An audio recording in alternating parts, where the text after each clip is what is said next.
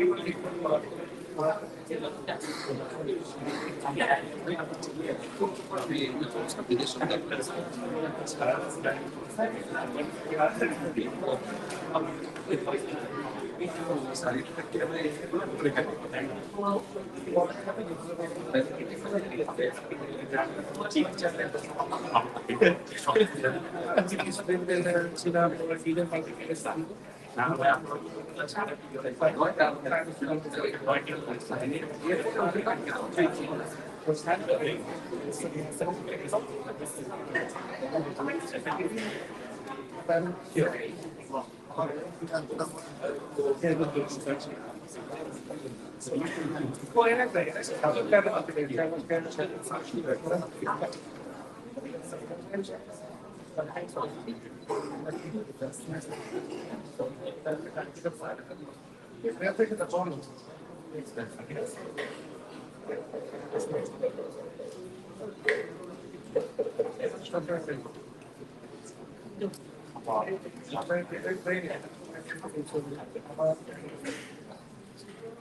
evening, everyone, and thank you for joining us here for the second meeting of the Industrial Advisory Board. We are honored to have such esteemed guests among us. To start us off, I would like to invite Professor Dr. Mohammad Hussain Chariar, Chairman, Department of Pharmaceutical Sciences, Norfolk University, to say a few words.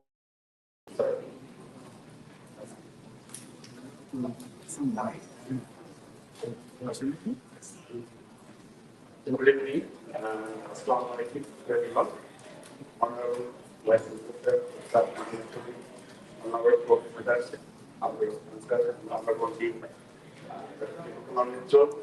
and respected industrial advisory board member, respected faculty members, alumni, and students. First of all, I'd like to thank you all for joining with us. We have established the Industrial Advisory Board last May 2025.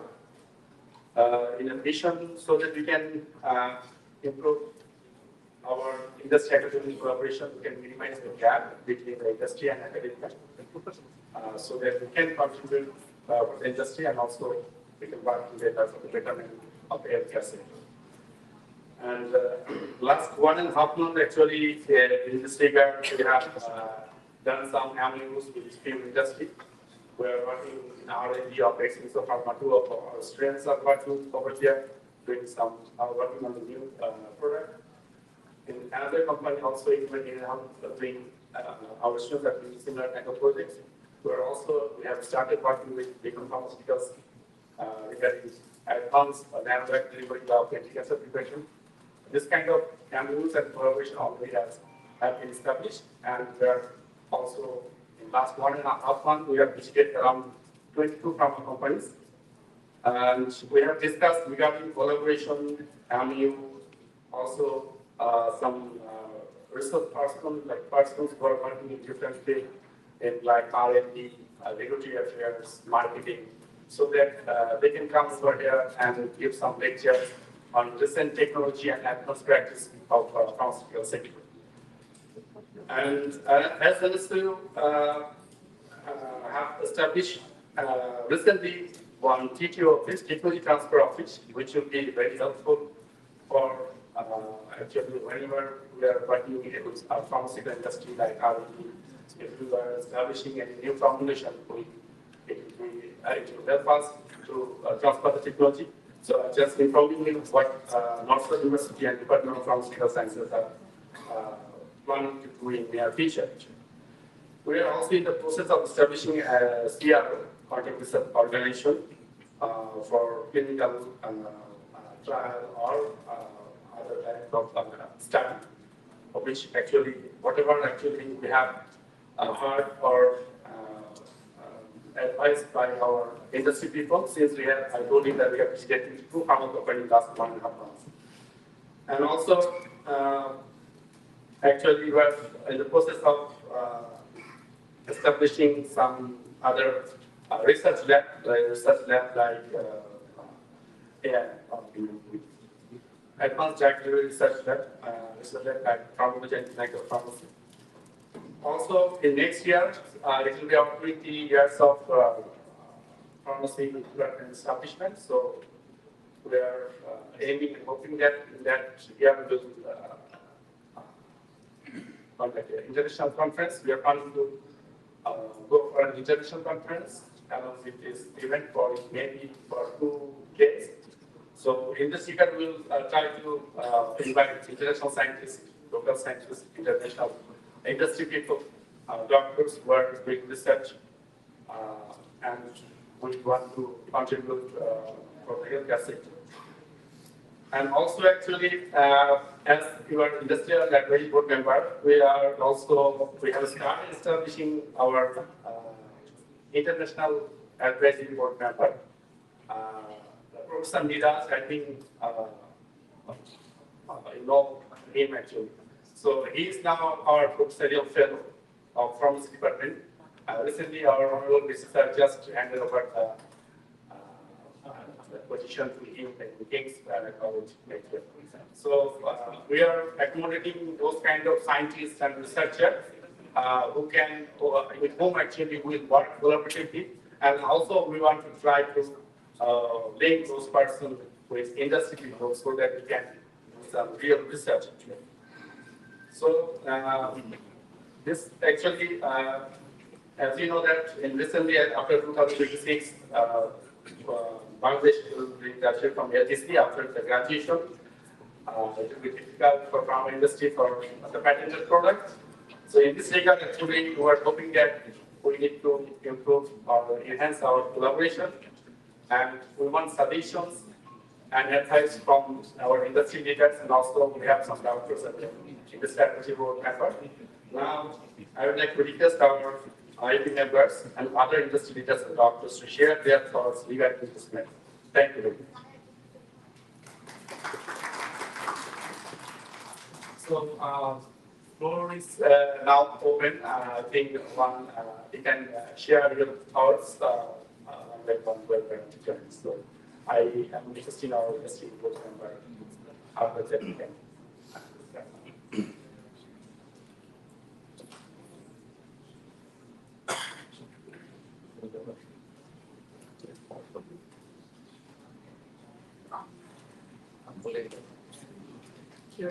If you can please introduce yourself and then just discuss your thoughts.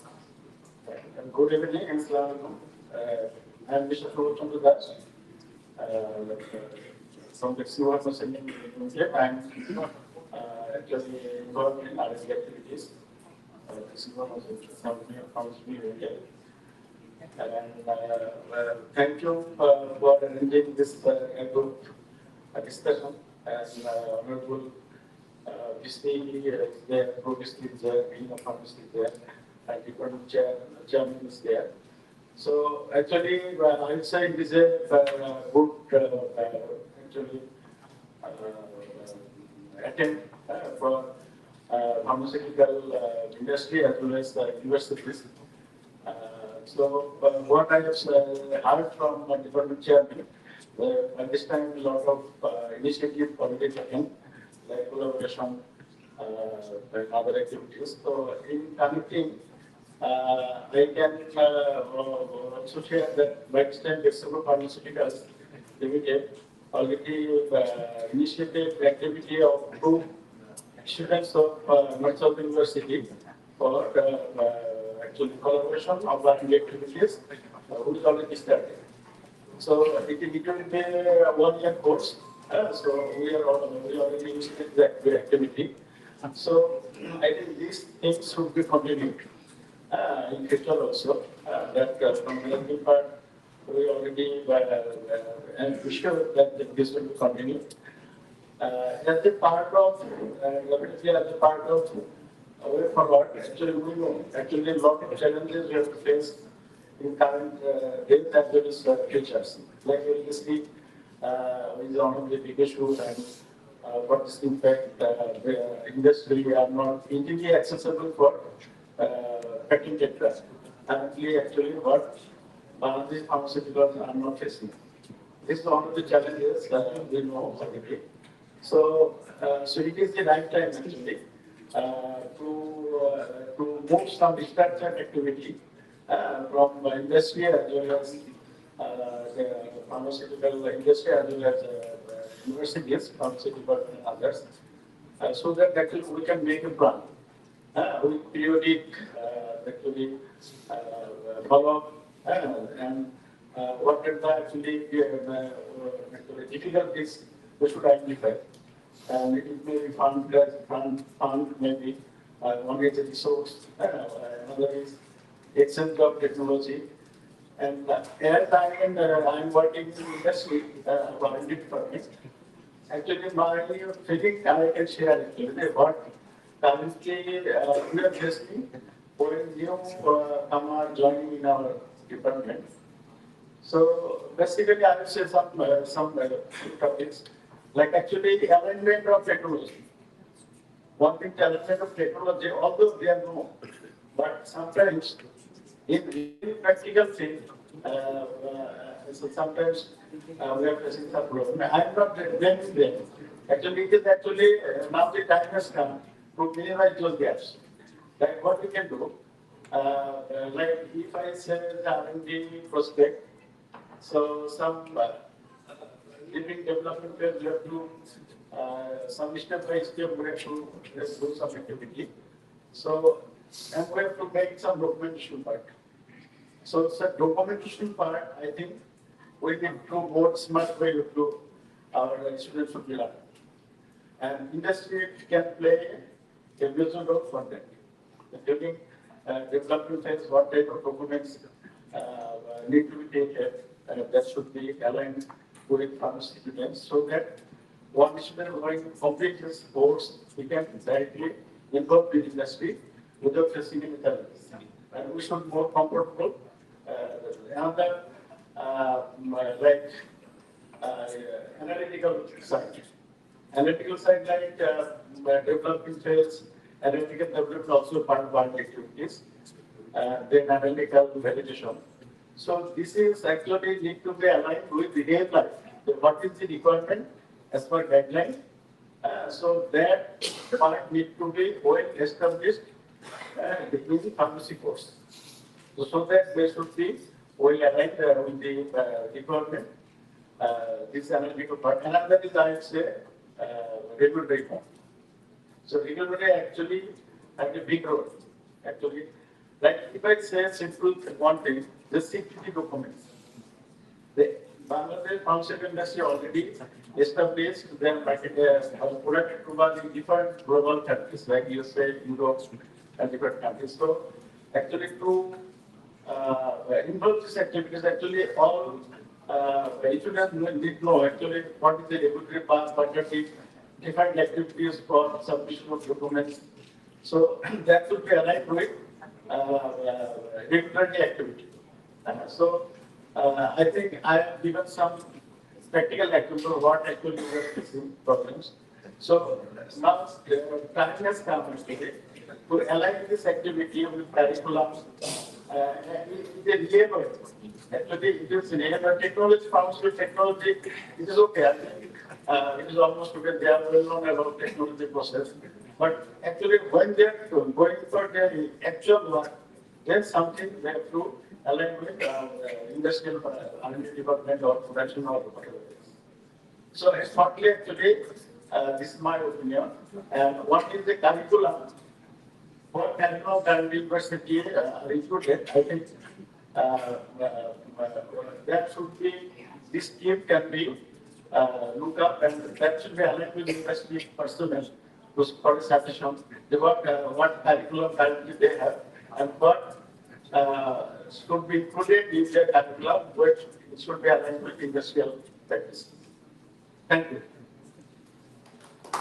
Thank you. How long it is?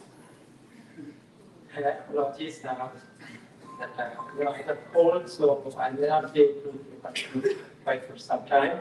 But thank you, Dr. Sharia, for arranging the seminar meeting. Also, the Vice Chancellor, Vice Chancellor, and the Professor and the Chairman of the team of NSU. It's really a pleasure, right, that it is a good gathering that we all assembled from the industries to talk about some shared activities and the shared goal. And I'm sure that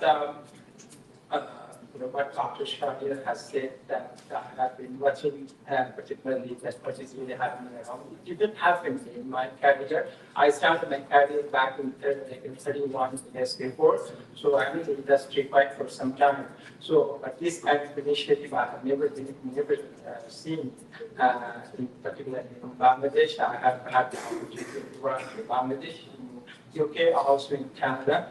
Right, but this is really a great move that we can really complement, like industry can complement university and the university can definitely complement the industry to really boost the country's growth. The pharma industry contributes almost 2% of the GDP after the R&D sector. So this is really a thriving sector, and I'm sure that the pharmacists, the pharmaceuticals, and the industry, we all can work together to really take the industry to a new height. As our Dada has already mentioned, some of the initiatives that we can take. Definitely, the R&D still we really got to rely on external support, particularly for the R&D's development in terms of like we are focusing on the regulated market. Particularly, you know that there are like a handful number of industry currently exporting the products to the regulated market like the US, Europe, and like Brazil and other important market. So that is really a significant momentum, particularly for the industry, like how it can accelerate development. So we still got to be reliant on the external resources, particularly from the formulation development and also the analytical method development.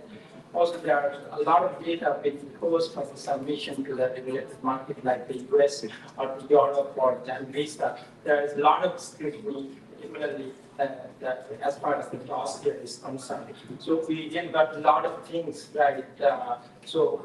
And I'm sure that how we can really reduce the dependence on the external support in terms of the intellectual property. So that's very important that we did need to from the university, right? And then if we can really collaborate on certain areas, but we can really certainly increase the capability both for the formulation development and analytical method development.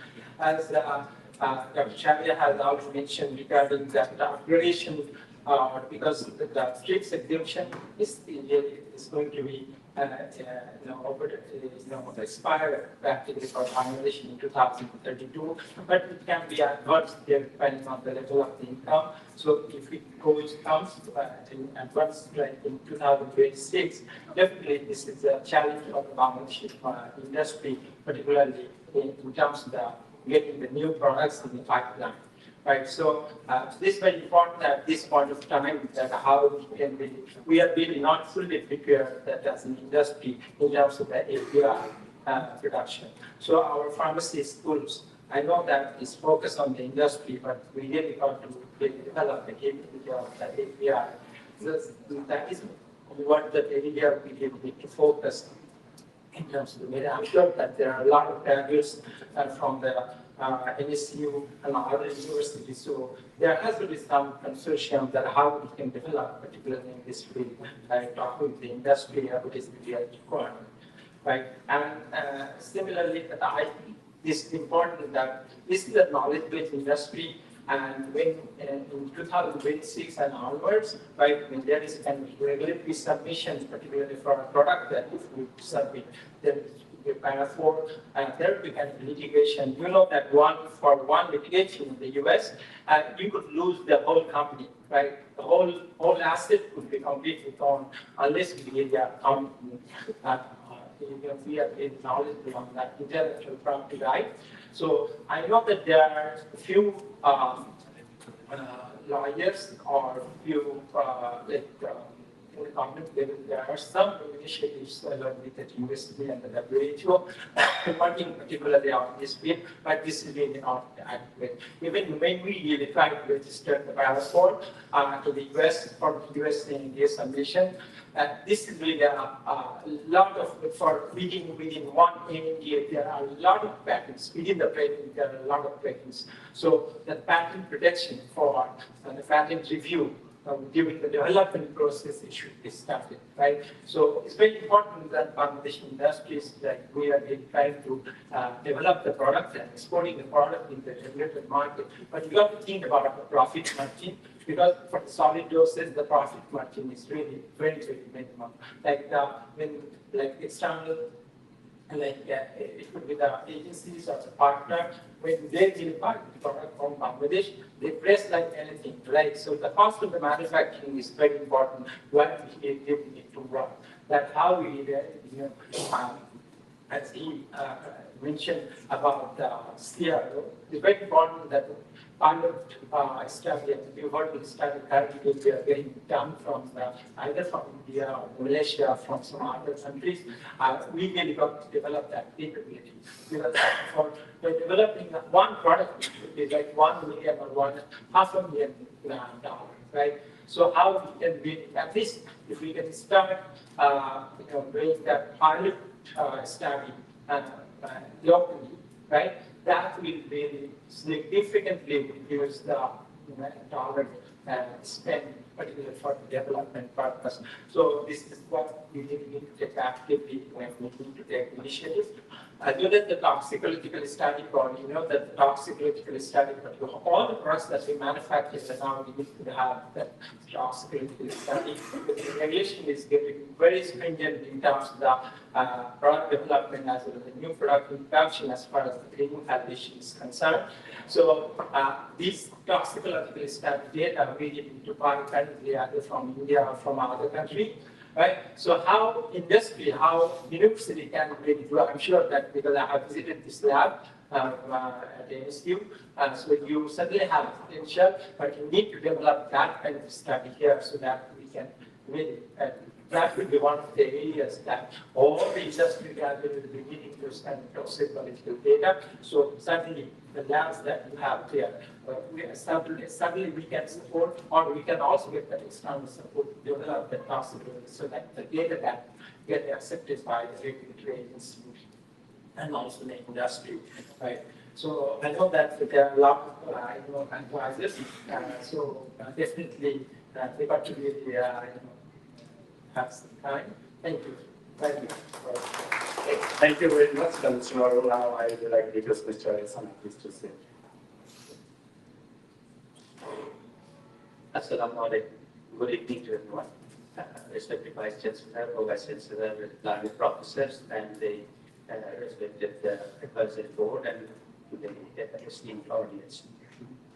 আমি যেটা বলতে চাচ্ছি যে আমাদের industry academia কোলাবোরেশনের তো অনেক ডাইমেনশনই আছে, যে ডাইমেনশনগুলোকে আমরা আসলে চিন্তা করি এবং আমাদের ইন্ডাস্ট্রি পার্সপেক্টিভ থেকে আমাদের বিভিন্ন হাইলি টেকনিক্যাল রিকোয়ারমেন্টস আছে, যে রিকোয়ারমেন্টস গুলো অ্যাকচুয়ালি যদি একটা এক্সাম্পল বলি, যদি এখন এই মুহূর্তে যদি আমি বলি যে আমাদের ইন্ডাস্ট্রির বায়োইকুইভ্যালেন্স সেন্টার্স দরকার, এখন বায়োইকুইভ্যালেন্স সেন্টার্স দরকার, আমরাও হয়তো বাংলাদেশে অনেকেই চিন্তা করছি, অনেকে বায়োইকুইভ্যালেন্স সেন্টার অলরেডি করেওছি। কোয়েশ্চেন হচ্ছে যদি আমরা গ্লোবাল স্ট্যান্ডার্ডে যদি একটা বায়োইকুইভ্যালেন্স সেন্টার করতে পারি, that's fantastic. But at the same time, এটাও আমাদেরকে মনে রাখতে হবে যে এই বায়োইকুইভ্যালেন্স সেন্টারকে কিন্তু actually qualified বায়োইকুইভ্যালেন্স সেন্টার হতে হবে to be really accepted globally. তার মানে সেই বায়োইকুইভ্যালেন্স সেন্টারকেও কিন্তু একটা সার্টেন কোয়ালিফিকেশন সিস্টেমের মধ্যে দিয়ে বানাতে হবে। So আমাদের রিয়ালাইজেশন এখানে থাকা দরকার যে we need to develop it, we need to have it international standard, and we need to go through these qualifications processes so that at the end of the day, industry কিন্তু right now বায়োইকুইভ্যালেন্স করছে, but সেই বায়োইকুইভ্যালেন্স গুলো আমাদের অনেক খরচ করে বিদেশে করতে হচ্ছে।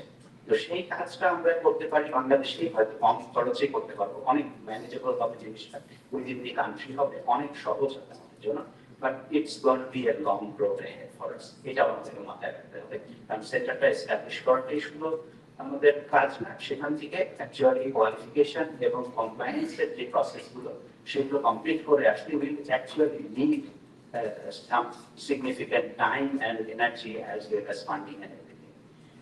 এটার সাথে হাউ উই উড কোরিলেট, আমরা অবশ্যই ইন্ডাস্ট্রিতে রিকোয়ারমেন্ট আছে, not necessarily all the time the requirement is for the extreme stringent regulatory authorities. সুতরাং কমপ্লায়েন্সের সর্বশেষ ধাপ পর্যন্ত গেলেই যে আমাদের একমাত্র ব্যবহার্য হবে বায়োইকুইভ্যালেন্স সেন্টার, নট দ্যাট, তার আগেও সেখানে আমাদের কোলাবোরেশন এবং কাজ করার সুযোগ থাকবে। That's just one example আমি বললাম যে the complexities of the highly regulated pharmaceutical industry that we are working, যেখানে এই ধরনের পরিস্থিতি আমাদের সম্মুখীন হতে হয়। আমি বলবো যে আমরা যদি ফার্মাসিউটিক্যাল মার্কেটিং বেসড রিসার্চ যদি আমরা করতে চাই, that is very much possible within the country, এবং এটা আমাদের ইন্ডাস্ট্রিরও ডেফিনেটলি নিড আছে, আমরা বাংলাদেশের যদি বিভিন্ন অ্যাসপেক্টস অফ মার্কেটিং দেখি, আমরা সবচেয়ে বেশি যেটাতে অববোধ করি সেটা হচ্ছে যে সলিড ডেটা। আমাদের যদি পপুলেশন বেস ডেটা বলি, ডিজিজ বেস ডেটা বলি, বিভিন্ন ধরনের অ্যানালিটিক্যাল অ্যানালাইসিস করার পরে অ্যাকচুয়ালি আমাদের কাছে যখন আসে তখন আমরা দেখি যে এইখানে কিন্তু অনেক ডেটার ঘাটতি আছে। সুতরাং মার্কেটিং অ্যাসপেক্ট থেকে কিন্তু সিগনিফিকেন্ট রিসার্চের সুযোগ আমার মনে হয় আছে, এইগুলোকে আমরা কাজে লাগাতে পারি এবং that may not be very far off. এইগুলোকে নিয়ে কিন্তু আমরা ইমিডিয়েটলি হয়তো প্ল্যান করে আমরা হয়তো কাজে big collaboration that it can be a reality within the near future time. এটা একটা আরেকটা জিনিস বলবো যে আমরা যখন ইন্ডাস্ট্রি এবং একাডেমিয়ার কোলাবোরেশন করছি তখন এখানে ইন্ডাস্ট্রিতে আমাদের অনেক এক্সপার্টস আছেন যারা বহু বছরের experience with all spheres of industry operations. তো সেইটা সবসময় স্টুডেন্টরা they will get benefited if they interact with them. So সেই সুযোগটাও আমরা মনে হয় যে এটা অত কঠিন না, দ্যাট ক্যান বি অ্যারেঞ্জ, সেই জিনিসটাকে আমরা এক্সপ্লোর করে দেখতে পারি। আর যে ধরনের ওয়ার্ল্ডের প্রগ্রেস যেদিকে যাচ্ছে, রিসার্চের দিকে যেদিকে যাচ্ছে, আর্টিফিশিয়াল ইন্টেলিজেন্সের ব্যবহার বাড়ছে, ডেটা অ্যানালাইসিসের রিকোয়ারমেন্ট বাড়ছে, তো সেই জিনিসটা ইন্ডাস্ট্রির যেরকম অলরেডি রিকোয়ারমেন্ট দাঁড়িয়ে গিয়েছে, it is a necessity that we do this kind of analysis and we do that. তো এখানে ইউনিভার্সিটিতে আসলে কারিকুলামের মধ্যে কতটুকু অ্যাকোমোডেট করা আছে এই জায়গাটা আমরা দেখতে পাই যে কিভাবে আমরা আর্টিফিশিয়াল ইন্টেলিজেন্স থেকে শুরু করে ডেটা অ্যানালিটিক্স থেকে শুরু করে কিভাবে আমরা এই জায়গাগুলোতে স্টুডেন্টদেরকে আরো বেশি অ্যাক্টিভলি ইনভলভ করতে পারি, so that in the longer run industry can benefit from maybe hiring these students, and these students can come back to the industry, come to the work for the industry, and we can really get a benefit out of that.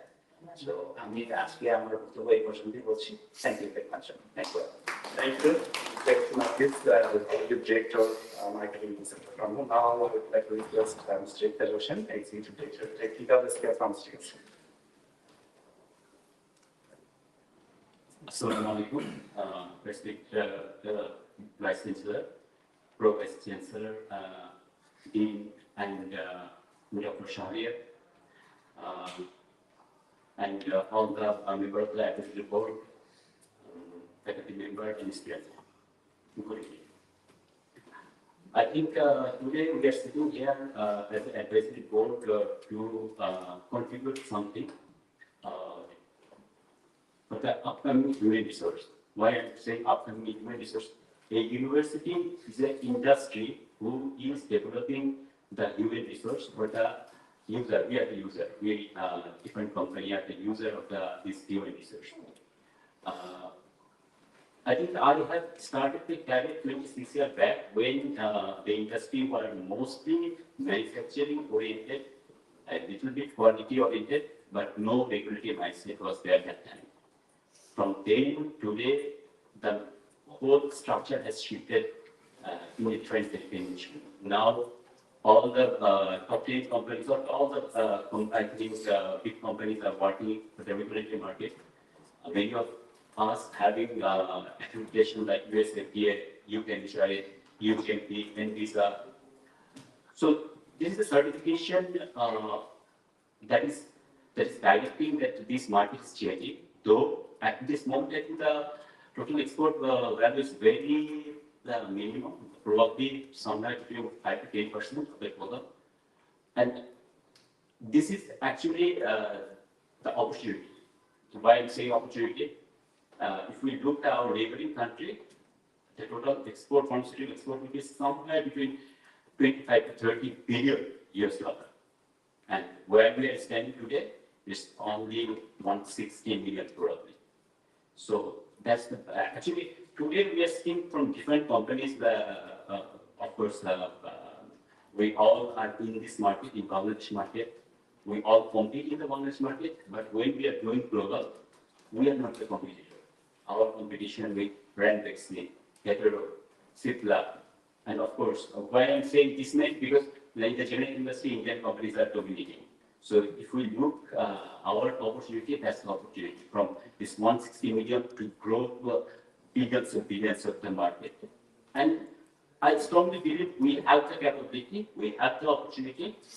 Where we need the human resource. Pharmaceutical industries are not only, it's not you can buy a machine and you can run the product tomorrow. You need human resource.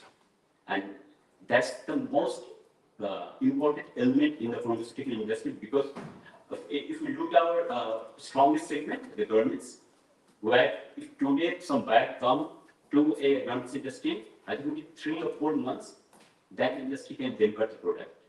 The development or delivery is much faster. But for us, it takes 3 to 4 years. If we start involvement today, the R&D, the bioequivalence study, the dossier filing, regulatory approval, facility audit, 3 to 4 years is the fast track. It may take more. So that's where actually we need to understand the pain and opportunity. And to capture this opportunity, we need a lot of human resources. That's why actually the industrial advisory, as a member of the industrial advisory board, I think it's a fantastic initiative. I must thank Dr. Sharia to inviting us and to make us contributing something so that we can have more prepared human resource. Where today we see a little bit of a gap. Of course, people are coming with more theoretical knowledge than the practical what is required in the industry. If coming days, if the student knows that where they want to build a career, there are a lot of segments where pharmacists can build their career, whether it's R&D, whether it's production, QC, QA, regulatory affairs, and of course there is sales and marketing. And beyond that, today, pharmacists are working also in commercial, HR also. So they have to understand where they will build their career and what is their preparedness. If someone wants to work in QC, he has to be very strong with the analytical knowledge. If somebody want to build their career in the production, he has to be strong with the pharmaceutical knowledge. So that's why the preparation and this human resource development is very much bigger, so that the industry and academia work hands on hands, and these people are coming with more prepared, and they will be very a human resource who can contribute in the industry. And I strongly believe in coming days, this industry today is growing with a double digit. I think last few years it's growing double digit, and when this industry will grow in the international market, I don't know what will be the growth rate. It will be one of the highest growth rate in the Bangladesh industry sector that we see today. And of course, with that growth, we need a lot of human resources. And I think North-South is working fantastic on this human resource development. Today, we have a lot of people from North-South, and we can see the quality of the people are very good. And in coming days, wherever we can contribute, there's a strong commitment from us that we try to do that. Thank you. Thank you, Mr. So now I'd like to request Mr. Tanvishwati, CMO, Chief Marketing Officer at PHC. Assalamualaikum and good evening, Honorable VC, North-South University, Professor Abdul Hamid Sir, my direct teacher, Honorable Pro-Head Chancellor, Honorable Dean, and Professor Shahriar, and all the distinguished participants from corporate hospitals, pharmacy industry, and the faculties, students, alumni of North-South University. So it's always a privilege being here, and I would not echo the same things because very important things have already been shared before me. But I'm still echoing few things as my friend Tegar just mentioned, that I also mentioned in the conference here in our conversation, that it doesn't depend on the investment and financials of a pharmaceutical company. It depends on leaderships and the human resources that how they move forward. I spent my 24 years in 5 global organizations in Bangladesh, and last 2 years I'm working for one of the pharma company, local reputed pharma company, Pharmaceuticals. But the difference I see in Renata, that this company in last few years invested significantly in R&D. And uh, as we got to know that in Bangladesh, there is no exact data facilities for developing a bioequivalent product. For qualifying for a bioequivalent product, you need share and many other challenges. So we need to go global. That's an expensive process. We invested significantly last 6-7 years from Renata. And today, if you look at our export business, it's not too high for any company. But if you see the last 1 year, let's put example of Renata, that we have been in 13 regulated market in last 1 year. So that has been the top. And point of consolation for our investment that we started sending product to USA, Canada, Australia, Germany, Finland, Ireland, Singapore is also a regulated market. So and as Ikhtiar mentioned, that when we go global, we're competing there. We represent the flag of Bangladesh. And it's not only Renata. Many organizations, pharmaceutical companies in Bangladesh are doing some fantastic job. And I firmly believe that at the end of the day, we are lacking here because even today, if we call for interview, the challenge is practical challenge. I'm sure that this is the experience of this forum. Even for the senior leaders, even for the entry level, there are 40, 50 people attended the interview. We are ending up with 3-4 people that one can take. So that is the point we can reverse further. And the decision as North-South University Department of Pharmacy formed a couple of months back, I think the impact you can see down the line next 2-3 years time. I'm sure that the collaboration Professor Shalir already mentioned with some organization and some organization in the discussions that will take place. This will definitely a mutual benefit for the industry and academia. So I think that this is the right move, and I will extend it further because my predecessor and all the speakers, whatever they mentioned, that was in my mind. And with these collaborations, I see to bring some changes in the impact in the business, in the industry.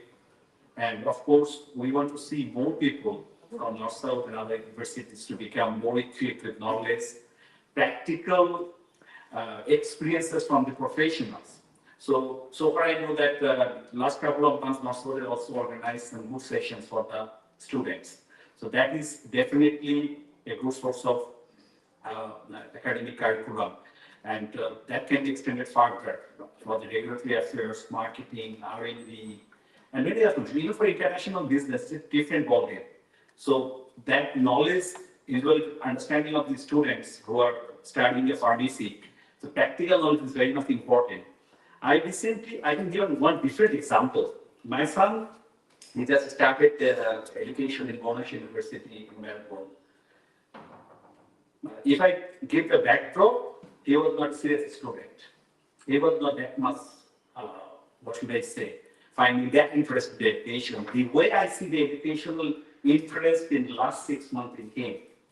And he started studying in business. And in the first semester, they say that you can later define your major depending on your interest.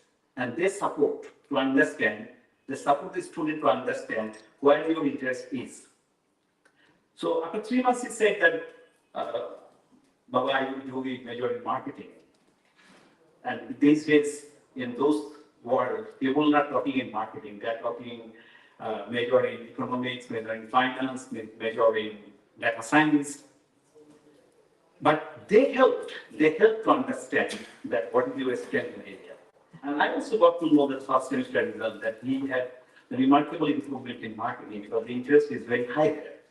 So I think that if you can really look into that aspect, that identifying the interest of the students and grooming them for the future readiness, that when that person can really find his interest, that would be the next move for the students. Because as we discussed, there are people working in marketing, sales, R&D, regulatory, international business, commercial, HR. That identification before going to the field is also important, where the person is more interested. So I think that can be structured in some process by the academicians, maybe the experts from the industry. some sections that can open up the entrance path of the students, so that where I fit more. So that type of initiatives can be initiated for the future. So I think we can work together to contribute to the development of industry and academia. Thank you very much once again for organizing these collaborations and looking forward. Thank you. Thank you, Mr. Kamlesh. Now I'd like to request Mr. Mahmoud Follow, Executive Vice President, Marketing, Sales, Become Pharmaceutical, to say a few words regarding academic industry collaboration. Once again, thank you very much, North-South University, our Vice Chancellor Sir, Pro-Vice Chancellor Sir, and Dean Sir of the North-South University. On behalf of Become Pharmaceuticals, I express my sincere thanks and gratitude for inviting me for the second time. It's the second advisory board meeting. And in this forum, I would like to congratulate North-South University. This is one of the reputed academic institutes in the locally, and I hope it's a strong meeting globally. But the effective industrial academia collaboration must be started. In a small scale, I like to give thanks to the Faculty of Pharmacy Department and North-South University, because North-South University is now an international examination center for a very important international organization. You know ESMO. ESMO is a European Society of Medical Oncology. So European Society of Medical Oncology had decided North-South is the places of their accreditation examination place. Among worldwide, only the 18th center is recognized by the European Society of Medical Oncology as an examination center. The North-South faculty and the university has been recognized and successfully completed the ESMO exam here in Bangladesh. This is an outstanding global achievement by the North-South University. And this could be possible because of the collaboration between North-South University and Become Pharmaceuticals. When we approached the ESMO organization, they asked for the university where they can choose for the examination. And the Department of Pharmacy, the chairman, Shahriar, his faculty members, and all of the department colleagues and the dean and the university give their flawless effort to make it an international standard organization. So in this auspicious program, I let you know everybody, and also thanks North-South University that it crossed beyond the boundary to my own experience. So this is starting a small industry academia collaboration work. I hope the coming days is more vibrant and more effective, because during the expiration of the TEPS agreement, there are many challenges coming, and all of you know that the disease paradigm has been changed a lot. The synthetic drug has been switched off very soon, and the biosimilar and the protein molecule will take places. And after the 2026 November, when this agreement has been well off, then we have to do our own basic researches. Like we have to do some phase 1, phase 2, phase 3, even phase 4. Our DGDA also set up their standard high up to the WHO requirement.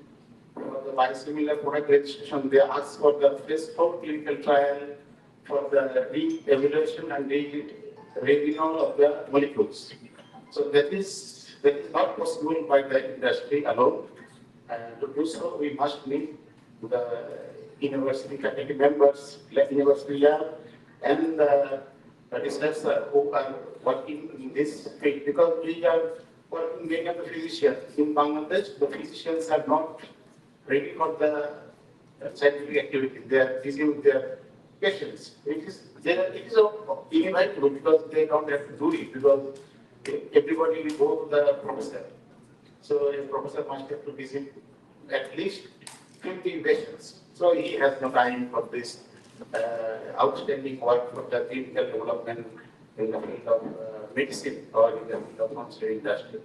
So I think this is the high time we think twice and we all should focus on uh, effective rollout of the industry academia collaboration and frame. In the last meeting, I wish to say that if we focus, look around for a heavy industry like BSRM, KSRM, assembling cements, they say they put their advertisement. This is the appropriate way. I desire that one time we pharmaceutical industry can do our claim in publication literature that this drug has been approved by the NSC. Why not? We the industry can write it down. I hope everybody see in the advertisement in the newspaper. So I desire and I aim that once upon a time we will develop a drug that is, I hope in the literature that this drug is approved by the NSC. Thank you for the time and thank you for inviting me once again. Thank you very much. Thank you, Mr. Mahmood. Now I'd like to request Aisha Babu take Torres from Pharmaceuticals Limited to say a few words regarding academic declaration. Assalamu alaikum. Good evening. Sorry. Yeah, Assalamu alaikum and good evening. Honorable guests, respected members of the advisory board, faculty members, and session chair. So I'm Isra. I was wondering, how people will recognize me, the name here and the pictures. I didn't sample any of that. So unfortunately, many people know me here. So it's a great pleasure to be here today. So there are a few points, as Mr. Shahriar mentioned before. So I will highlight on everything because many of the points have been spoken before, particularly industrial perspective. Shubhodata and Napuran, they have highlighted well. So I will focus, that was very good to know regarding the recent thinking and the things. So I will highlight on 2 points. First of all, I just get to know the TTO, as Mr. Chardier was mentioning, that technology transfer office. So I don't know how it's working on already it's in place. I don't know as this is starting. So that would be a very good initiative in industry. What we do in Bangladesh, the scenario is we highly focused on new projects, new development for local market and the export market as well, and that takes a long time to develop. Sometimes molecules in mind and the timeline we have and the resource become matched. So that will be a great initiative if we can do it collaboratively, because students are here, they are able to have their research, they have some meaningful papers. Sometimes we say during an interview, we can see they have some research work in a topic, which is not relevant to our industry actually. Maybe they have some publications, they have some papers, publications, but in true sense, that doesn't helpful for us or themselves as well. They can understand all this. Maybe they are taking some market products and comparing the resolution profile and publishing a paper. Many teachers can correlate. But actually, we don't need that in industry perspective. And they don't need it as well, because knowing that what they will do, unless they are in marketing or they are positioning the product. And industry perspective, when we develop the product, we have already done with this market product as well as international patent projects. So if we can collaborate before choosing the research topics, the subjects, we can do it collaboratively. What the molecules, what the formulation we need actually. So we can either invite students here in our labs so that they can work there, they have practical experience. Or if you have some ready formulations developed there as part of our interest, so we can take from them. As Mr. Kolko mentioned that, so once we get this formulation is developed by NSU, that would be a great initiative. So we can think in that way when you're establishing TTO. Many things were in mind, and as the speakers are going, and I don't think many things are told yet. So another point I would like to focus that was partly highlighted by Country 35, that student focus. Their development of students. So right now you can understand from today's slide that all are talking about international markets, our CRO, our toxicology data, then how we develop, we have our clinical data, we need to have our documentation.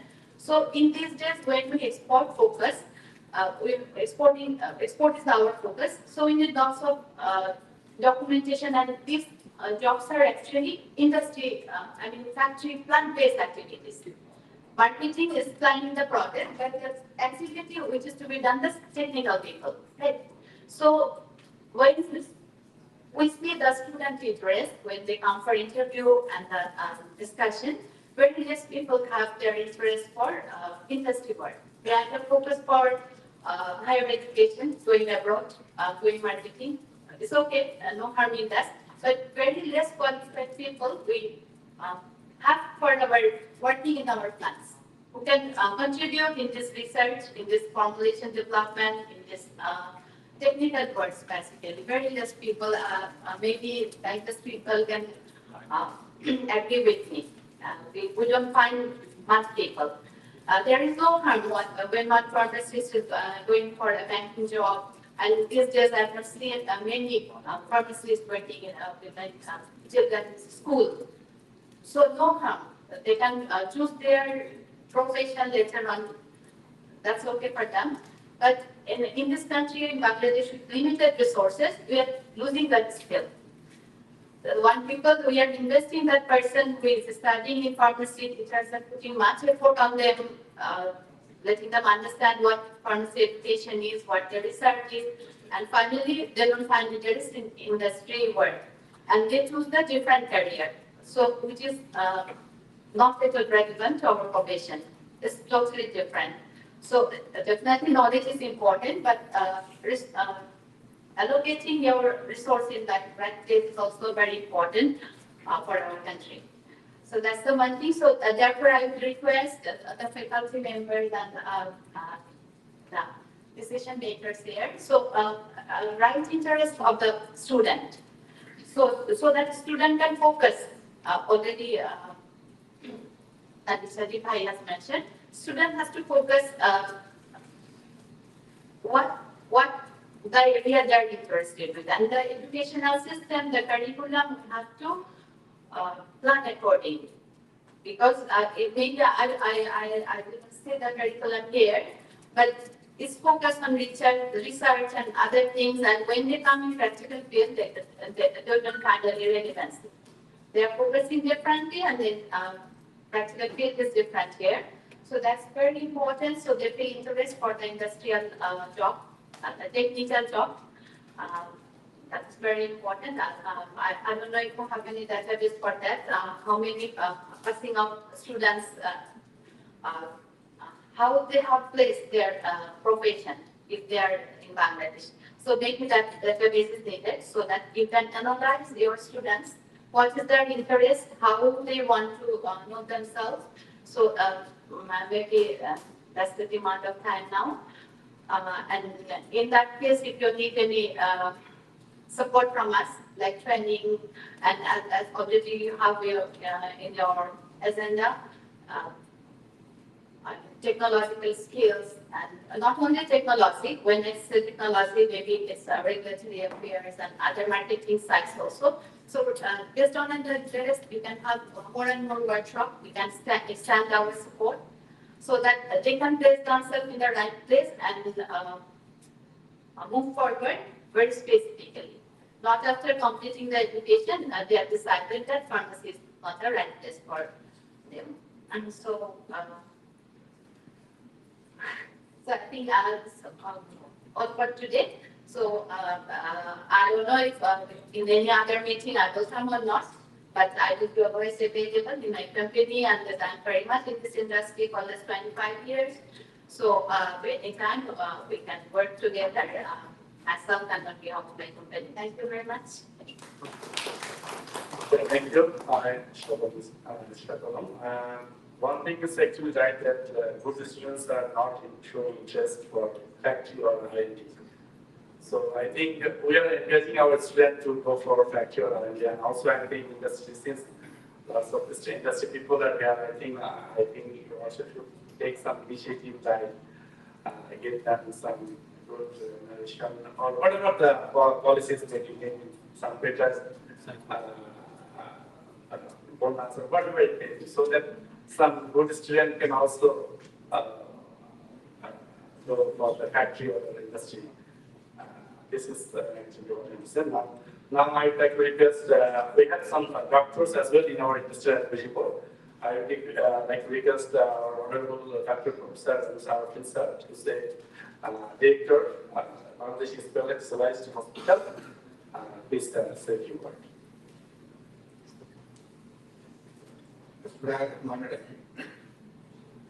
Good evening, everybody.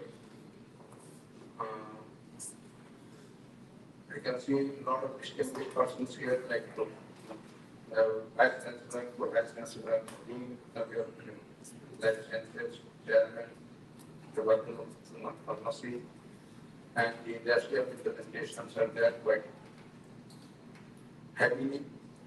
But I'm not a pharmacist, I'm not an industrialist, I'm not anyway involved in the pharmaceutical industry, but I deal with the industrial products. And so I have got some observations, and I can only share my observations here. I'm not an expert in the pharmaceutical industry, but as a citizen of the country and a practicing physician, I feel that our observation has got also some value regarding the development of the future market and quality of medicine in our country. I have many friends in the pharmaceutical industries, the top ranking companies, lot of MDs, chairmen, friends. So I told them that after the garment sector, this is going to be the second exporting material from all countries of the Western world or the developed countries. So we have to be very cautious, and we should have a speed development to aim the markets of those countries, especially those who are developed. There are a lot of smaller countries, they are doing very good in very special sectors, not in pharmaceuticals, but in other sectors where they research. And we are a small country by area, but we are not by population, we are the 8th or 9th largest country in the world. So we have got a lot of potentialities to develop in all the sectors. Whatever the sector is, we can do something. But unfortunately, at this moment, the brains are being drained. Even your students, the NSU's pharmaceutical industry, subject pharmacy students, they are also not residing in this country, then they will have got better career. So I don't blame them, but it is a common tendency, and everybody will do that, though I am an exception. I have a lot of opportunities to go outside the country, but I had a special feeling that I should be here to serve my country. So I'm here. And I believe that we should do something to develop basic research. We have got merit. We need opportunities.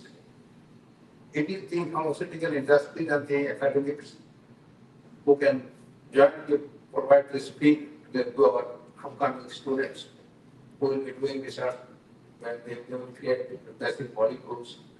I think it is not a thing of heaven. Whatever is possible in this world, we can do it. We should have the feeling and we should have the confidence that we are of world-class quality. আমাদের ব্যাংকের কোনো ঘাটতি নেই এবং আমাদের লোকজন পৃথিবীর বহু দেশে কাজ করছেন, এবং অনেক Scientists ask them, Amar Purichit of Gama, they have been nominated for Nobel Prizes. So, তারা যদি ওখানে কিছু করতে পারে এবং ওই একই সুযোগ যদি আমরা তাদেরকে আমাদের দেশে দিতে পারি তো why not here? আমাদের একজন প্রফেসর ইউনুস আছে, why not 10 professor Yunus? So it is possible. It is the sincere effort of the industry and at the same time our universities, the academic institutions who are working together. I think it's a great effort that they have taken. And I believe that if result of this collaboration will come gradually, but we should have a steady pressure on this collaboration, so that we can sign, we can generate enthusiasm in our younger students, younger researchers, and at the same time we can produce good quality of medicine. We are exporting medicine to many of the developed countries. That's very good news, but still we can be a leader, global leader. 18 crore people is not a matter of joke. If you can educate your people first, and then you can speak towards our neighboring country, China, what they were and what they are at this moment. They were independent in 1949. They had been a middle class or low middle class country till 1990s. Now, why not they? Think of about Taiwan. Think of about South Korea. South Korea was divided, had independence in 1971, and their economy was far poorer than Bangladesh at that time. Why not they?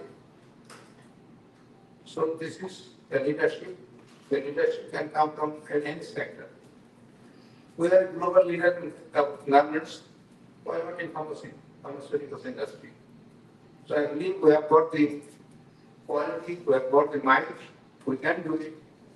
The need is we should have a good cooperation between the involved sectors, especially the industries, the academic institutions. So I've got nothing to say more. We should feel for our country, and we should apprise our integrity, dignity, and we should produce good quality medicine at this moment, and we can go for basic research in medicine. Thank you very much. Thank you, sir, for a nice speech. Now I'd like to request Dr. Arif, Director of Civil Pharmaceuticals. Thanks. Thank you, Dr. Shadway. Assalamu alaikum and very good evening. Honorable VC sir, Pro-VC sir, Dean, and respected colleagues and faculties and advisory board members, ladies and gentlemen. So it is my great pleasure and honor to be here today. I would like to thank the first National University for forming this advisory board and including us from Pharmaceutical Hospital and serving this committee. I'm sure this is, I missed the first meeting, but today is the second meeting, so I feel proud and honored to be here. But I am associated with Northern for the last 20 years because my career is almost 30 years in the hospital management. But I joined Apollo at the initial part 2005. So from that time, I'm associated with the Northern University, especially the pharmacy department, because a lot of graduates are working in my hospital. So when as a student, I get in the pharmacy course, either B Pharm or A Pharm.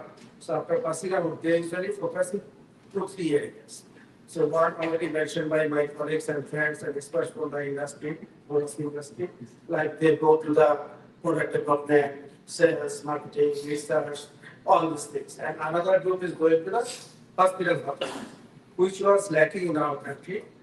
It has started in 2005 in our country first. So in my hospital, 50 hospital pharmacists working. And for this reason, I had a good chance to work with this pharmacy department, especially with Dr. Shahriar. So out of this 50 odd number, maximum is from the Northern graduate. So what I feel that curriculum for the pharma, B Pharm and M Pharm, that should be more practical oriented. Because in the curriculum, we know what is the content.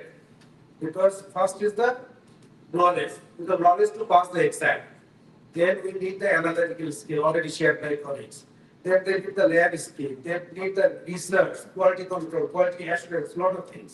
So everything is there with the student, but that is not matching with the, as he mentioned, with the practical format. When we interview the student or graduate student, we found some lacuna or lack in the knowledge.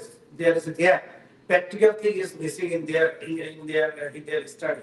So my request as the advisory board member, so you have to review your curriculum so that you should include all these things. And another thing we should include, like I did my master's in hospital management and fellowship. So in my course, there is a attachment, mandatory attachment with the hospital. So you have to attach your student with the pharma company, because now in our country, as everybody is saying, the pharma company is very much growing. And second, largest industry. So many, the 200 plus, the 300 plus company in our country. So you should mandatory 1 month attachment with the pharma, so that they learn practically what they pharma industry, how they work in quality control, how they do product development, research, everything. Then you have to place them 7 days in the hospital, how the hospital pharmacy works, so that they will be practically oriented and when they pass. So we will go abroad, they will go, but besides you will stay in the country, that will be benefited for the people of the country. So this is about the curriculum and about their development. And I am not sure whether you have a thesis or dissertation in the final part. So there should be a dissertation or thesis in the final part for 6 months. So the student should be doing research or dissertation on the subject basis. If somebody would like to go to the product development, his or her thesis will be on that. Somebody is the hospital pharmacist, he or she will be focused on the medication safety, medication management, and cost effects, something like that. So that way we have to develop the curriculum, then we get a good product. And another aspect, I can see that there's a huge demand of this pharmacy subject. Not only the North might be make it very popular in our country, but now all the universities, private universities are getting the CVs. All their pharmaceutical graduate or masters, besides the public, that university, academics is there. But lot of, I cannot remember name, Koda, Europe, this place, everywhere. So that means there is a demand. So if this huge workforce can be work for the country as well. So apart from this advisory committee, I would like to focus another point here. Like in our country, MDR is a now global challenge, public health concern, multi-drug resistance. And when a patient coming to Professor, I feel so like all these genius people, so some get started because medicine is not working because already people are taking medicine from the pharmacy. There is a mushroom-like pharmacy in our country, and this product is sold by 11 without any pharmaceutical knowledge, any scientific knowledge. So what happened? The resistance is developing, and when they come to the hospital or the physician, at the last moment, drug is not working. So it is another big public health concern. So we have to think how can we prevent that. So I'm not sure the pharma industry is working on or not, but we need to work on this. So sometimes there is a rule in our country, model pharmacy, and there should be educated pharmacists in the pharmacy shop, but it is not happening practically. So if you go to Las Pharma or anywhere, you can buy drug without prescription. So regulatory part, we have to do something. So my request to the industry colleague, you can take it up with your society or your regulatory authority. So which is very important because in our country, people are really poor. How many people are rich?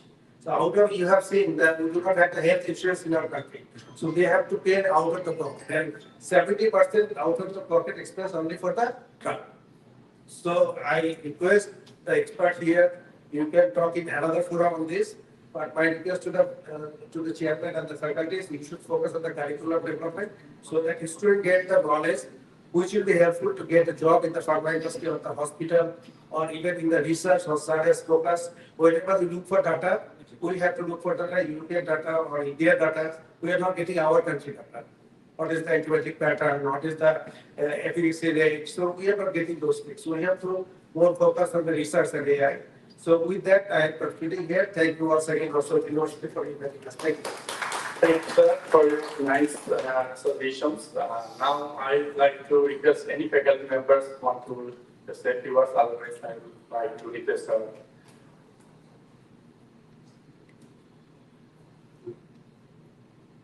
Anyone? Otherwise,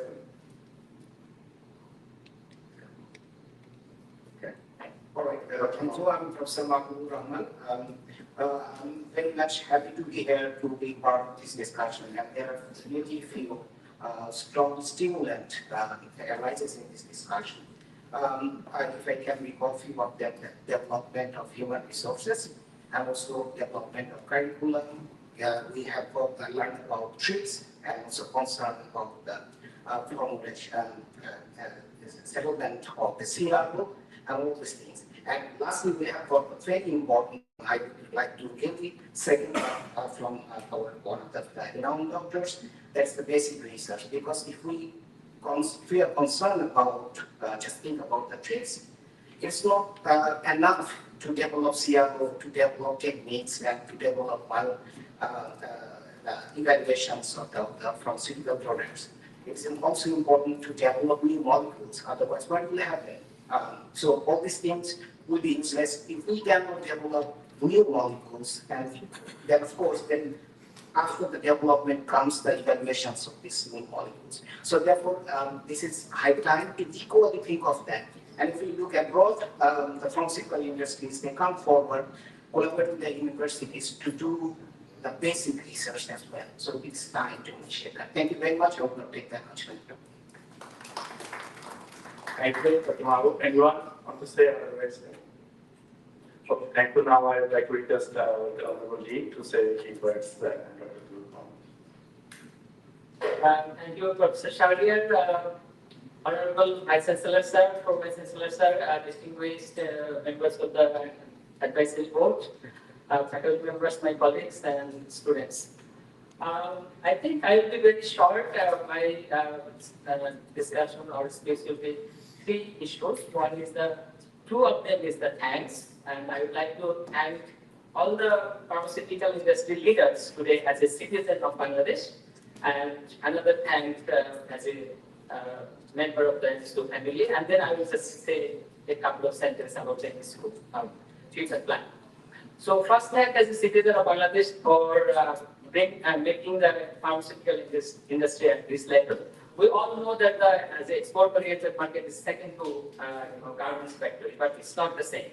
So one apparel, or the shirt wear by the American citizen and consuming a medicine made in Bangladesh by American citizens is a huge difference. So that challenge, your dedication and contribution has made that possible.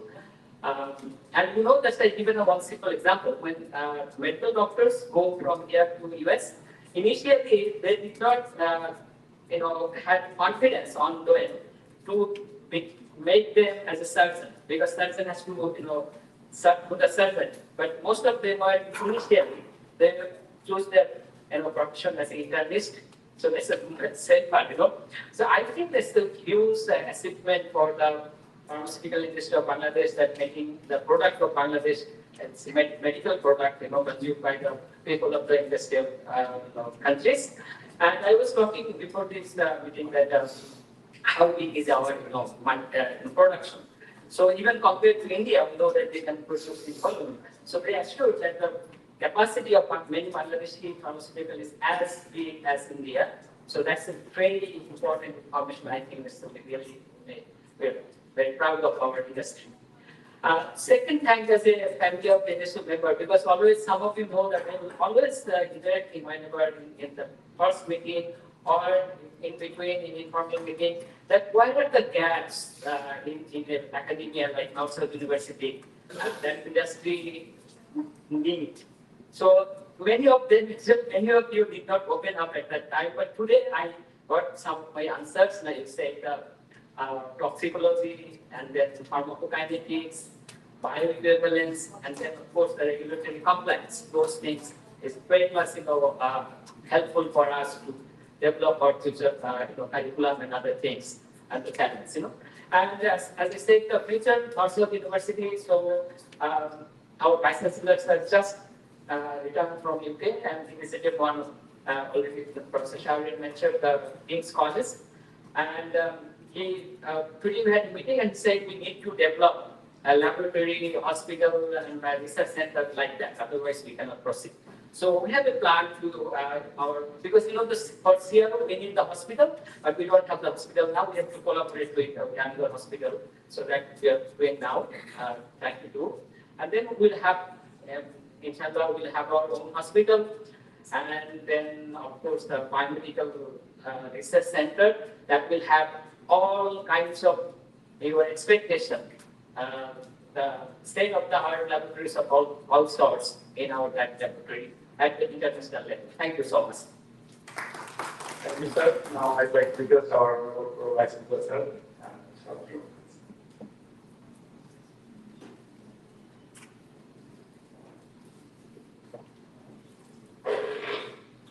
Assalamu alaikum, good evening. Thank you, Professor Shahir, for giving the floor. Honorable Vice Chancellor, our members of the Industry Advisory Board, this is the second advisory board. I am very privileged to be part of this session. I'm very pleased to hear some of the very optimistic picture of the pharmaceutical industry, particularly the export sector. It's very promising. And some of the other issues that are brought out in terms of the right kind of pharmaceutical skill in the academic sector that probably doesn't get appropriate appreciation in the market. So that is also very important issue that was brought up. And I just want also make one point is because actually in my own experience, I was talking to one of the American doctor.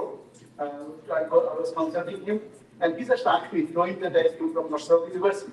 He said that, can you tell us why is that the doctors who have MBBS degree and they go for Western countries like US or Britain, but they don't get find their qualification with that. They have to re-qualify themselves to get the market here. I couldn't answer because I don't know because I have not from science background. So that is an issue that why is this gap that they don't appreciate that you have to go again the whole medical academic profession and then the quality for practicing their education. So that is one very I don't know. I don't know the answer. But this down to this meeting is the industry advisory board meeting. I think this can give us some guidance to our students also in their practical life. And particularly also basic research on one area. And also you can also, I can see that some of you come here for academic contribution. I think real life contribution in their students in the pharmacy sector, pharmaceutical, there I think you can contribute. We request you to do that. Thank you very much. Thank you, sir. Please now I would like to request our Vice Chancellor, sir, to state a few words. Yes.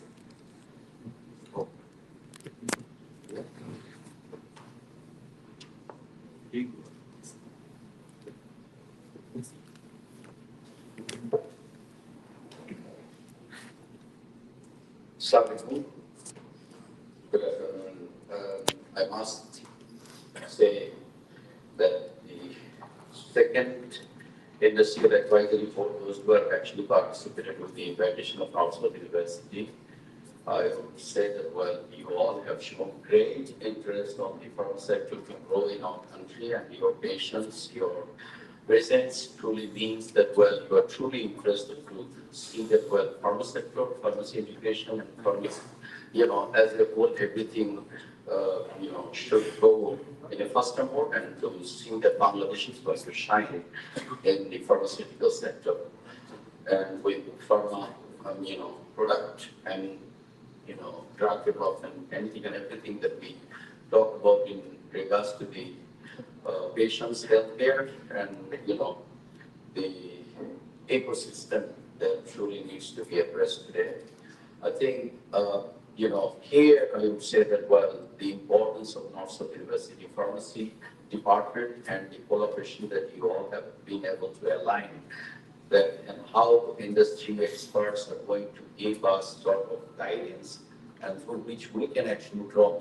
Today even I took many points from all of your discussion that was actually giving me also sort of light that where we are going to go in the future.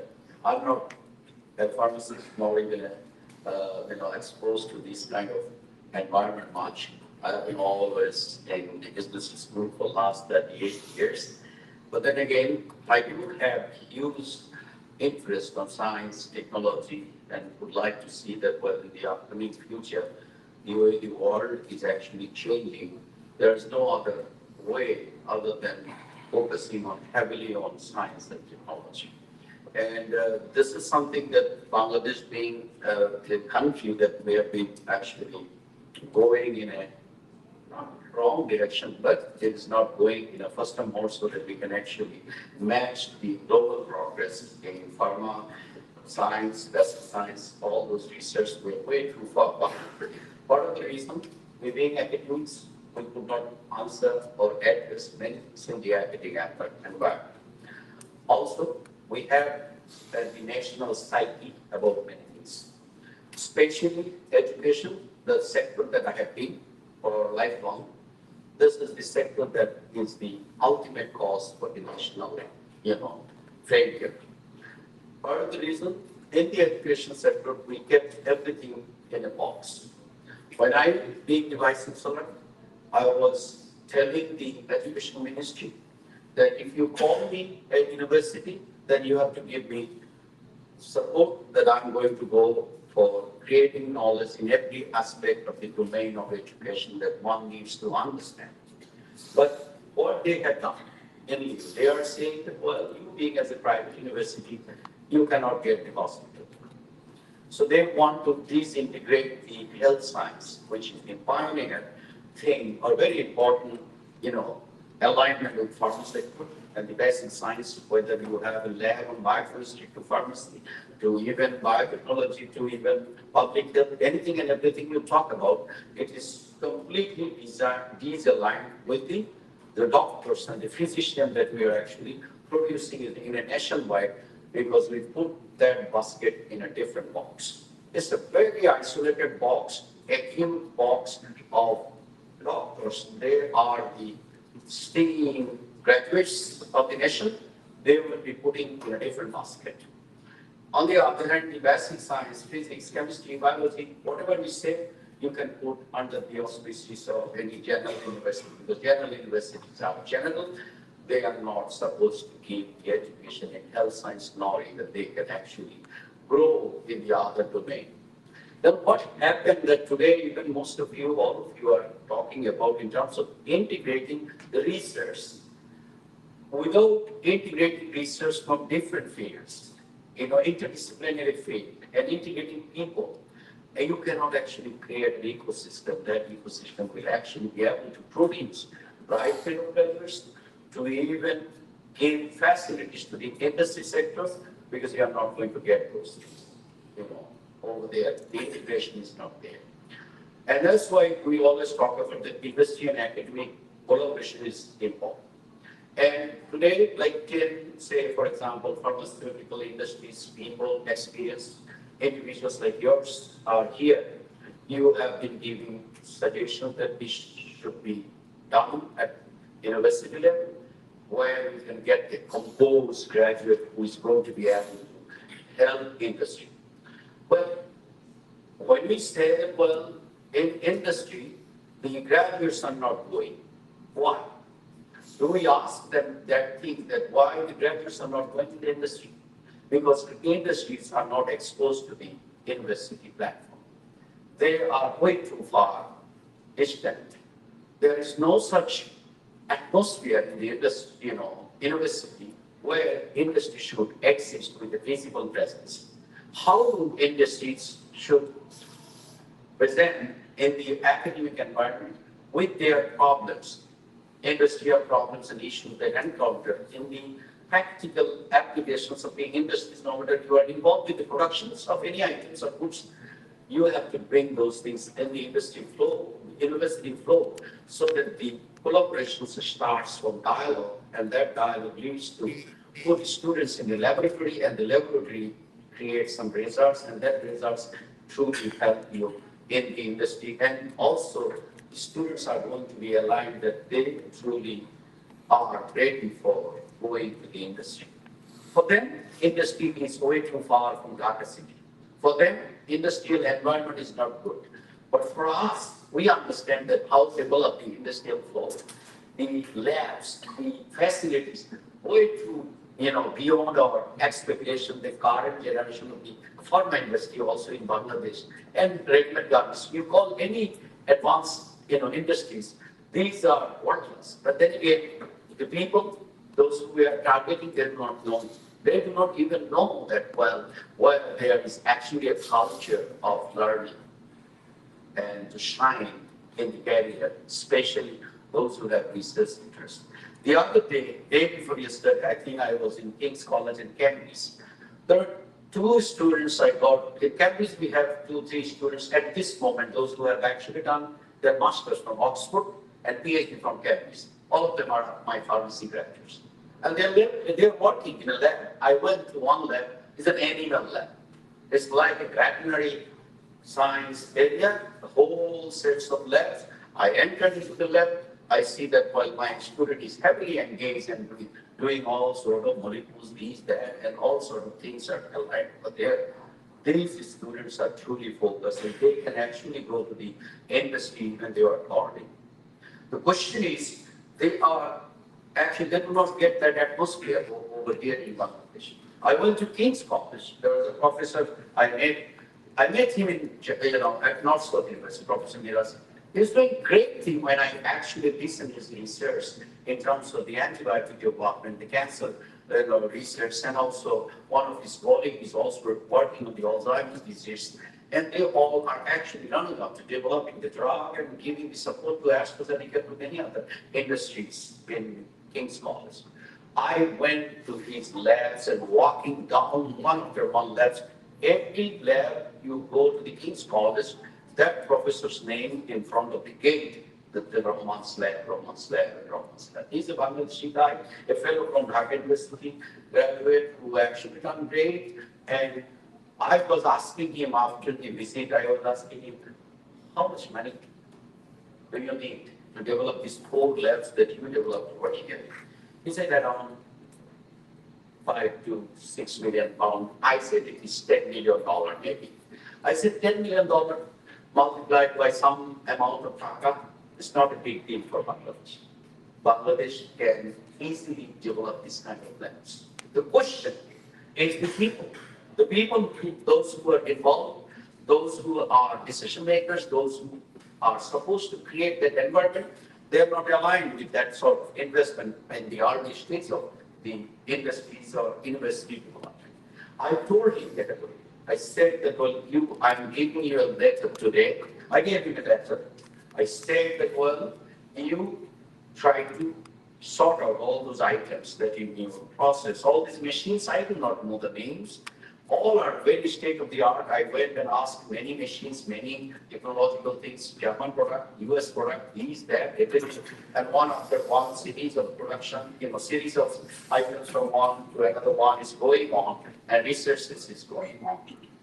This is how the ecosystem has to be created, even in the Bangladeshi institution. So I told him that when you leave Dhaka University States are in my lifetime, they are not going to get that environment in our esteemed institution that we all are proud of. That's the very, very, sad part that we know it very well. We are giving always blame to our children. The brain is actually draining. Brain is not going to drain when you send to the advanced country to gain knowledge. It's a brain gain. The question is, you did not create an atmosphere to bring back those brains to your own country, which we have been always thinking about when we were in the, for me, I was 16 years in the North American Canada. For me, even there was no university, because I was a government university teacher 37 years back. There is no such place even I can come to the government university anymore, nor even it is interesting for me, because that is the wrong place that I stepped into in very early stages of my own career that I put mine to fit on the wrong place. That should not be the place where we can actually think of that we are going to shine in terms of intellectual ability to grow, and that is what we do not want. At North South, I've been as a vice chancellor right now, and last 20 years of my journey with the business school, I was always stating that, well, we're going to create a different university. And that's what we are still striving for. And we're going to strive maybe, I don't know how many years, but we're going to continuously do that things. Because we understand the matter, but we do not have the support. The question is, in the lab, I told him, if it is 50 crore taka, come and talk to us. And maybe we are going to seek help from all the pharmaceutical industries and others. Or even pharmacy, what is that? Association. These associations are blocking of the education. I don't know how many of you are member of the pharmacy association. I told the other day in the meeting, I said, are you guys truly trying to see Bangladeshi meritorious students to pursue pharma degree? They gave quota and restriction to the academic institutions, thinking that their certification is going to give us a quality education without even understanding that, well, what North-South does, what, they gave restriction. I told them, the restriction that you give 100 students quota, it is not a meaningful for a business school or for a university in the private sector to run a program for pharmacy. Because I have 45, 50 faculty members with such a big research assistants and the research component and the labs that we invested, it is not worth it even to produce pharma graduate for pharmaceuticals. Why do we do that? Because we hunt knowledge, and we are actually running after knowledge. We want to go and see that, well, even in basic science, like pharmaceutical science, we're going to grow, and we are going to show that, well, it is very possible in a country like Bangladesh, which is going to be able to establish labs, the beautiful state-of-the-art technology are going to be there in one day, and all these pharmaceutical industry, they are going to say that, well, yes, this is the university. Eventually, they have been able to develop their drug, and they have been able to even devise many things that are important for research and also coming out with new molecules and other things, and eventually that will lead you to produce good graduates, good research, and eventually you will see that industry flow is going to change. Otherwise, industry flow is not going to change. We are going to be on that bracket, only producing some of the tablets and capsules. You are not going to be able to even grow heavily on insulin-based things, research involved things, and some of the industries, those who are very, successful, they might come up with some new products. They are going to take the market share, and eventually you will see that others are going to be drifted out of this process. So what do we need? We need actually support from advisors like yours. I told all of them that you come not stubborn. My students, you come not stubborn. I'll get place to you. Why I'm telling you? Because I'm hunting brains from across the world. Even after I became the vice chancellor, it's not even 1 year, 1 year, 1 month. I have around 40 faculty members from across the world. It was less than 500 faculty members, and now it is 538 faculty members. I am actually giving offer through my mobile phone, SMS, via SMS. The offer is going from in Australia to US to many other countries. That's how I'm trying to see that, well, we are going to accumulate the brains over here at Northstar, which is going to be able to help in the domain of education. In Bangladesh, when you go to the UGC, they're going to say you are a general university. I'm not going to give you health education. I argue with them. I say the first and foremost thing, I need health education, the medicine to be studied over here. So I need hospital. I said I'm going to be hospital, but you can be partnership. I said that, well, if it is not aligned, then my pharma research are not going to be aligned with the doctors.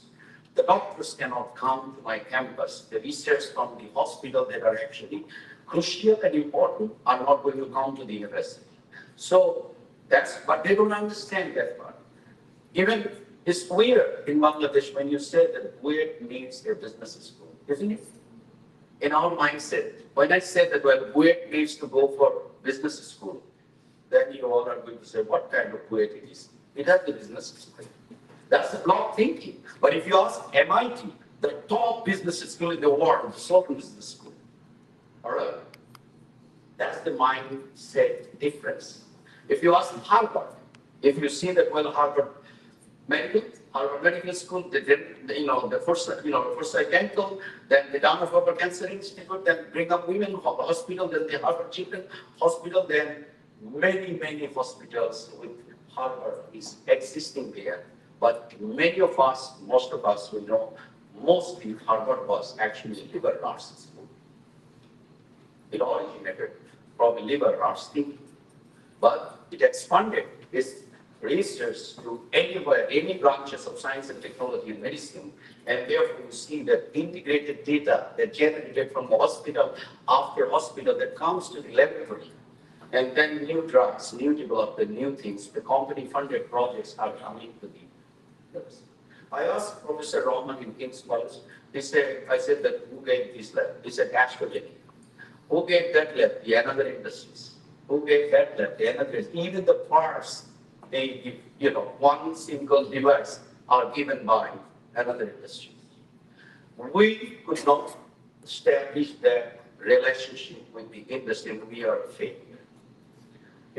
That's why I said that this country is never going to flourish. When you go to Tsinghua University in China, one of the top institutions in the world, they are saying that, well, for medical education, we are changing the criteria.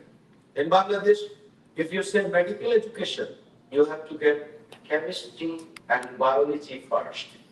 Intermediate, chemistry, biology. Without chemistry, biology, you cannot pursue medicine. But what Singh was saying, and in current context of the world, they say that, well, to pursue medical education first, one has to finish the undergrad in engineering. Why do we say that? Why did we change that mindset? Because none of the medical apparatus nowadays, the technology, without machine, whether it is MRI to CT scan, to ECG, to echo, or anything you talk about, it's a machine.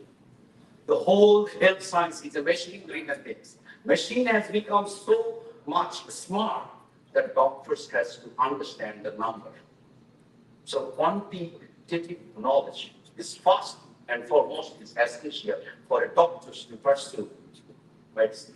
And that's why in the US, medicine student can come from any branch of education. Liberal arts student can go also for pursuing education, but they do pre-med, where pre-med is done, biology, physics, chemistry, everything basic that you need to learn, you are going to learn that things. But in our country, when you say that things, the health ministry first is going to give objection. The students do not have physics, biology and chemistry. How come they become doctor? That's the negative narrative.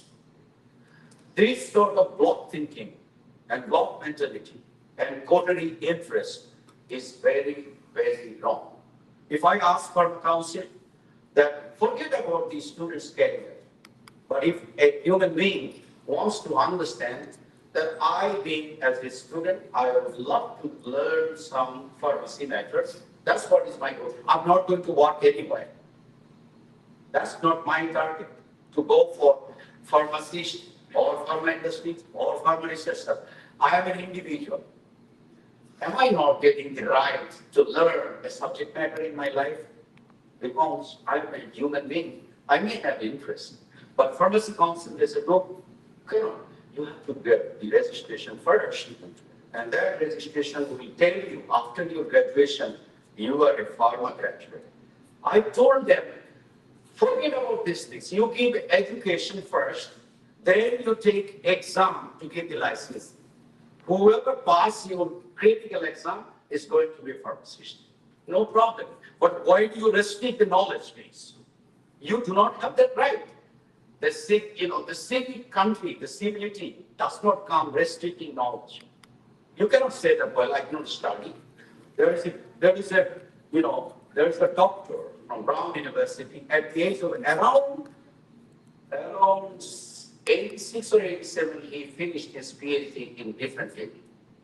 He was a professor actually at Brown, but he finished another PhD at the age of around 86 or 87. You cannot restrict knowledge that human beings are going to seek. In Bangladesh, unfortunately, we have created nothing but talk. Our industry people, they think that I'm a successful entrepreneur. With all those products that I have in my product line, I am doing great. Why do I go to university? And what is the point of even giving, like, your valuable time today, when you all have given very valuable time of yours? Why do I go? Because they are misaligned individuals, those who do not have to actually create an ecosystem, and therefore they are going to always say things because they are investing with their industry or business lover. Academic people has ego, they do not receive the industry people with welcoming more. You come, you talk, you share. Like today you have been sharing, I was writing, the whole card is already filled with the inputs that you all have given. That's what we truly need to brainstorm and share things with one after one, and love to see that well, the industry people are going to come. Now let me tell you one thing, that after being the vice chancellor in 11 or 12 months, I've been able to bring at Northern University five international companies on this campus. Now, early, we never got industry funding from overseas. Within just 1 year, because we are focusing for that. The global companies are existing at North Sudan. Now you may say that, well, no pharma companies yet there, but in different wings of the researchers, in different wings of, global companies, they are existing at North Sudan University. Right? Apart from the next one is coming, Google. Google committed they are going to keep a cybersecurity lab at North Sudan. Google is going to come. Already 3 Chinese companies are there, 2 Japanese company is there. The other day, the Nippon Boeing Japanese company, they gave 78 lakh of new research where we're using the machine learning and AI to even understand the Tata's graphics conditions and also the data that we're using in our highway.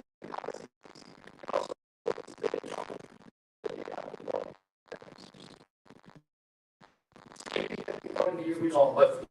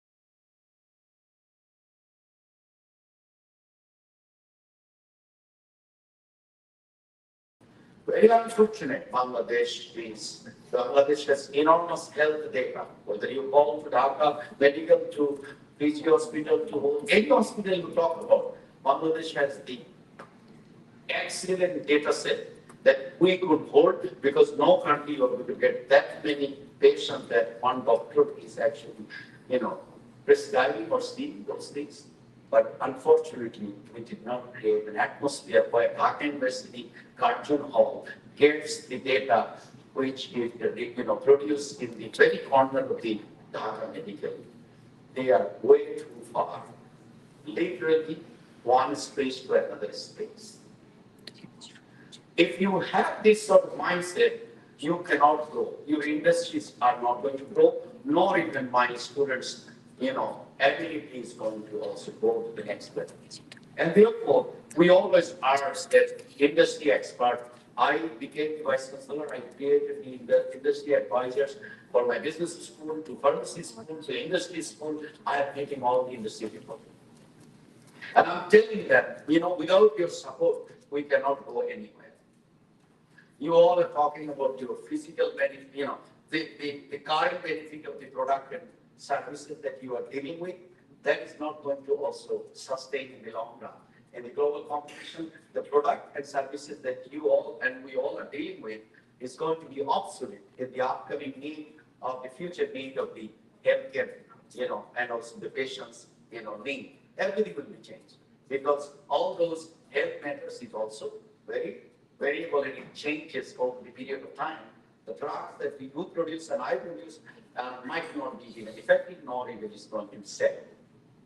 So therefore, it's important. Today I saw that there were many, bulleted points in the invitation card in terms of curricular development, and there was a research and development. There was also CRO. What is that? Another terminology that I have heard, that contract something. Do that if you think that is important for North. Give us those suggestions, give us those help, and give the boost, and so that we can see that, we're going to create an ecosystem for our student body to learn, and also we're going to be truly an institution which is going to create new knowledge from this campus. And we are actually helping the global bodies. Many our health-based data, research, and research-driven outcomes are going abroad. But Bangladeshi atmosphere or our ecosystem is not actually taking that advantage from Northcote University. Northcote is a highly research incentive university right now. We can say that, it has huge prospect. It has enormous number of faculty members who can actually do world-class things, but they do not have appropriate labs. They do not have appropriate, chemicals. They do not have appropriate setup. And the student body, that if you would like to see that they would love to go to industry, that the industry has to come to the campus so that they can see that actually lab is the ultimate thing for a pharma graduate to be focused and the product development or whatever we talk about. But we at Northcote, we have been able to get whatever the basics or basic labs or even the advanced lab for Northcote graduates, we have been able to do it. But for greater research, I would say that a real integration of thinking and integration of technology, knowledge, which will eventually produce the innovative graduates who are going to be truly in terms of impactful in the society and also in the community. So let me all work together, and I hope that you all are going to help us, and we are going to also take the suggestions, input that you all are guiding us. Let you continue. This is the second meeting. I'm sure that with 10th meeting, maybe we are going to have some fruitful results that the industry advisors have told us, and we are doing it. So, we have to always hear those things in a repetitive fashion, and that will bother us in our, mind, and then physically we're going to work on changing those things in the academic environment that will truly lead us to actually get a beautiful pharmaceutical, science graduates of Northcote University. And eventually we're going to create impact in the society. Thank you very much for having me. Thanks, sir. Now we're closing the session. We have now alumni night, alumni hour session. So I would request our all industrial board member to join us our annual dinner and our discussion session. Our center of visit. Yes. Thank you. So our students will guide you. So please join us.